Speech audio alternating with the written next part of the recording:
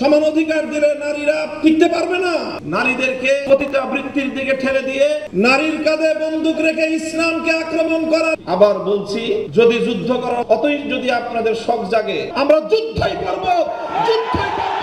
5ই আগস্টের বিপ্লবের রক্তের উপর বসে এই প্রস্তাবনার এক চুল পরিমাণ যদি বাস্তবায়ন করতে হয়, আমাদের লাশের উপর দিয়ে করতে হবে, আমাদের রক্তের উপর দিয়ে করতে হবে।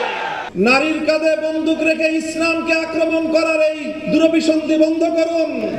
নারীদের ব্যাপারে আমাদের পরিষ্কার কথা, আমরা নারীদের ন্যায্য অধিকার চাই, সমান অধিকার নয়। সমান অধিকার দিলে নারীরা টিকতে পারবে না। প্রত্যেকটা জায়গায় তাদের জন্য সংরক্ষিত আসন দিয়ে নির্বাচনের মাধ্যমে বিভিন্ন উপায়ে তাদের প্রতিনিধিত্ব নিশ্চিত করতে হয়। কারণ সমান অধিকার দিয়ে নারীরা পুরুষের সঙ্গে প্রতিযোগিতায় অধিকাংশ জায়গায় পারবে না। এই জন্য তাদেরকে ন্যায্য অধিকার নিশ্চিত করতে হবে। ইসলাম সব জায়গায় ন্যায্য অধিকারের কথা বলেছে এবং অধিকাংশ জায়গায় নারীকে অগ্রাধিকার প্রদান করেছে। পরিষ্কার আমাদের কথা, নারীর ন্যায্য অধিকার নিশ্চিত করেন। নারীদেরকে পতিতাবৃত্তির দিকে ঠেলে দিয়ে মাতৃ সমাজের কলঙ্ক ঘটাবেন। এদেশে সভ্য সমাজ বেঁচে থাকতে আপনাদের ওই সমাজকে ধ্বংস করার, বাংলাদেশকে ধ্বংস করবার অপতৎপরতা ইনশাআল্লাহ বাস্তবায়িত হবে না।